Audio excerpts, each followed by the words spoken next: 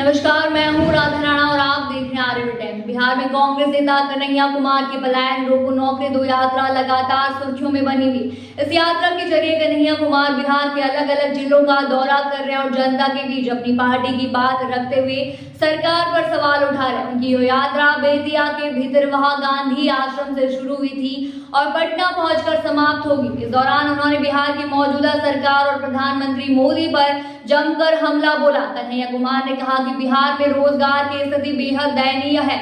हर साल लाखों युवा रोजगार की तलाश में दूसरे राज्यों में पलायन कर जाते हैं। उन्होंने दावा किया कि अगर बिहार में सच में विकास हुआ होता तो यहाँ के लोगों को अपना घर द्वार छोड़कर दूसरे राज्यों में मजदूरी करने नहीं जाना पड़ता।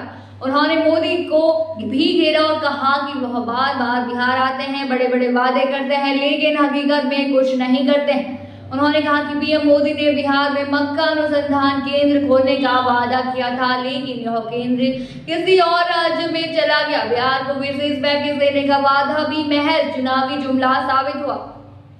कांग्रेस नेता ने बिहार की स्वास्थ्य व्यवस्था को लेकर भी सवाल उठाया। उन्होंने कैग की रिपोर्ट का हवाला देते हुए कहा कि बिहार की स्वास्थ्य व्यवस्था पूरी तरह चरमरा चुकी है। अस्पतालों में सुविधाओं का अभाव है, डॉक्टरों और दवाइयों की कमी है और आम जनता इलाज के लिए दर दर भटक रही है। उन्होंने राज्य सरकार से पूछा कि जब बिहार में सब कुछ अच्छा है तो फिर 2 करोड़ लोग राज्य छोड़कर बाहर क्यों चले गए। इस यात्रा के दौरान कन्हैया कुमार ने बिहार की चीनी मिल उद्योग की बदहाली पर भी बात की। उन्होंने बताया कि बेतिया के चनपटिया में चीनी मिलें बंद पड़ी, वहीं पूर्वी चंपारण में भी यही हालात है। बिहार कभी चीनी मिलों के लिए जाना जाता था, लेकिन अब यहाँ का यह उद्योग बर्बादी की कगार पर पहुंच चुका है। उन्होंने कहा कि राज्य सरकार ने इस दिशा में कोई ठोस कदम नहीं उठाया जिससे स्थानीय लोगों को रोजगार मिल सके। सीतामढ़ी में रीगा चीनी मिल का जिक्र करते हुए कन्हैया कुमार ने बताया कि एक कर्नाटक की कारोबारी ने इस मिल को दोबारा चालू किया, लेकिन पुराने कर्मचारियों को बाहर निकाल कर नए कर्मचारियों की भर्ती कर दी गई। पुराने कर्मचारियों को जहां 16,000 रुपए वेतन मिलता था, वहीं नए कर्मचारियों को केवल 12,000 रुपए ही दिए जा रहे। उन्होंने इसे श्रमिकों के अधिकारों का हनन करार दिया और कहा कि बिहार के 14 करोड़ लोगों को अपने हक और सम्मान के लिए लड़ना होगा।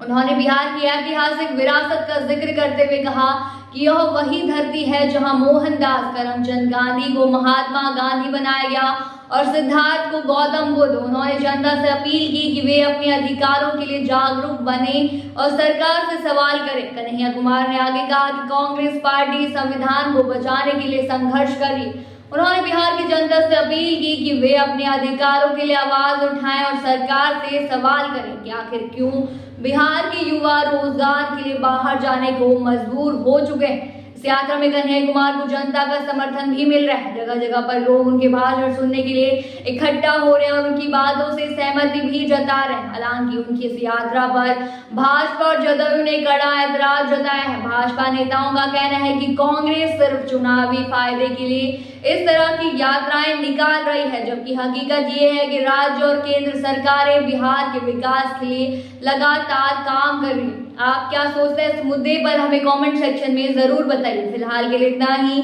बने रहिए आर्यभट्ट टाइम्स के साथ और साथ ही हमारे चैनल को सब्सक्राइब करना ना भूलें और फेसबुक वेबसाइट पर फॉलो जरूर करें।